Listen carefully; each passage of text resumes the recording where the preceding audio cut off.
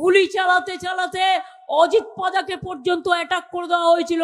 তখন আমি rail minister ছিলাম, অজিত পাজা তখন মিনিস্টার ছিলেন।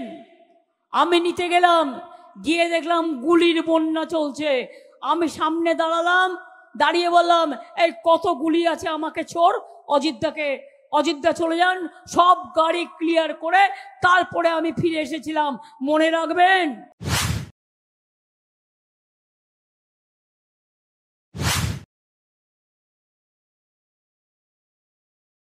নন্দীগ্রামের সময় যখন আমায় বারবার রাস্তায় আটকে দেওয়া হচ্ছিল, আমি কোলাঘাটে রাত্রি 2টো পর্যন্ত দাঁড়িয়ে, আর সিপিএমের হাড়মাদরা যারা এখন বিজেপি করে, সিপিএমের সবগুলো এখন বিজেপি করে, জেনে রাখবেন।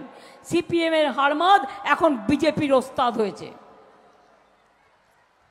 আরো টাকা চাই, আরো টাকা এবং প্রোটেকশন। এরা মদ খেয়ে পেট্রোল বোমা নিয়ে দাঁড়িয়েছিল আমার গাড়ি ঘিরে, যাতে আমি নন্দীগ্রামে যেতে না পারি এবং যাতে আমার ওপর অত্যাচার করা হয়।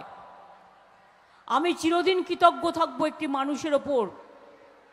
সেই মানুষটি হচ্ছেন গোপাল কৃষ্ণ গান্ধী, যিনি পশ্চিমবাংলার রাজ্যপাল ছিলেন। তিনি একজন বিশিষ্ট মানুষ।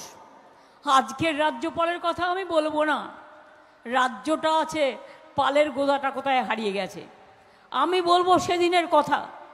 গোপাল কৃষ্ণ গান্ধী আমাদের একজন বিরোধী দলনেতাকে দিয়ে, এই এখনকার অপদার্থটা নয়, তখনকার আমাদের তৃণমূল কংগ্রেসই ছিল, আমাকে বলল, উনি একটা বার্তা দিয়েছেন।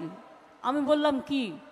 বলল, রাত্রিটা সরে যাও, তা নাহলে যে কোনো সময় পেট্রোল বোমা মেরে ওরা তোমায় মেরে ফেলবে, কারণ ওখানে পুলিশ কোনো কিছু করতে পারবে না, পুলিশ সিপিএম যা বলে তাই করে। এখন তো অনেক ভালো আছিস তোরা, এখন তো অনেক ভালো আছো তোমরা, পুলিশকে গালাগালি দিয়ে বেড়াও, পুলিশই তো আজকে প্রোটেকশন দিয়ে রেখে দিয়েছে তোমাদের। কত হাত কেটেছো, কত কান কেটেছো, কত চোখ উড়িয়ে নিয়েছো।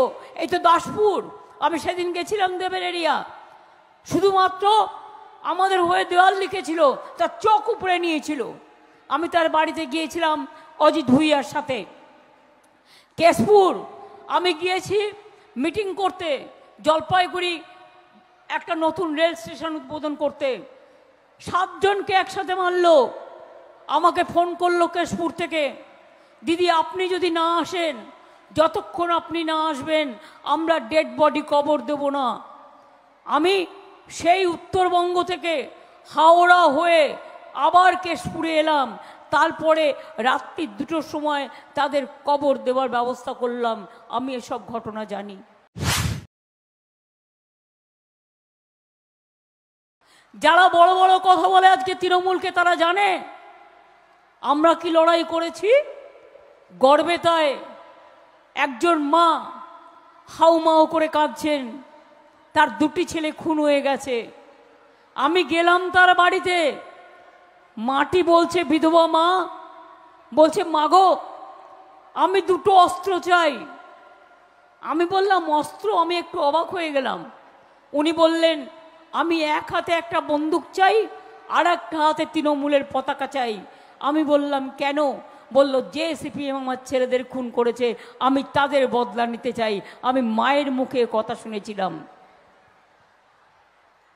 মনে রাখবেন, চমকাইতলায় মিটিং করতে গিয়েছিল মিদনাপুরে, আমাদের প্রত্যেকটা গাড়ি ভেঙে দেওয়া হয়েছিল।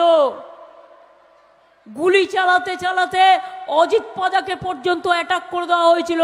তখন আমি রেল মিনিস্টার ছিলাম, অজিত পাজা তখন মিনিস্টার ছিলেন। আমি নিতে গেলাম, গিয়ে দেখলাম গুলির বন্যা চলছে।